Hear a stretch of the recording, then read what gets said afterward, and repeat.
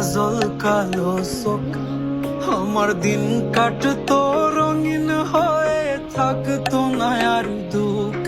তোর মায়া মুখটা ভাসলে চোখে থাকে না রে হুশ।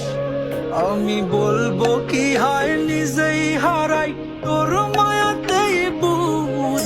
আমার ভিতরটাই জানে মায়া কারে বলে, এই মায়া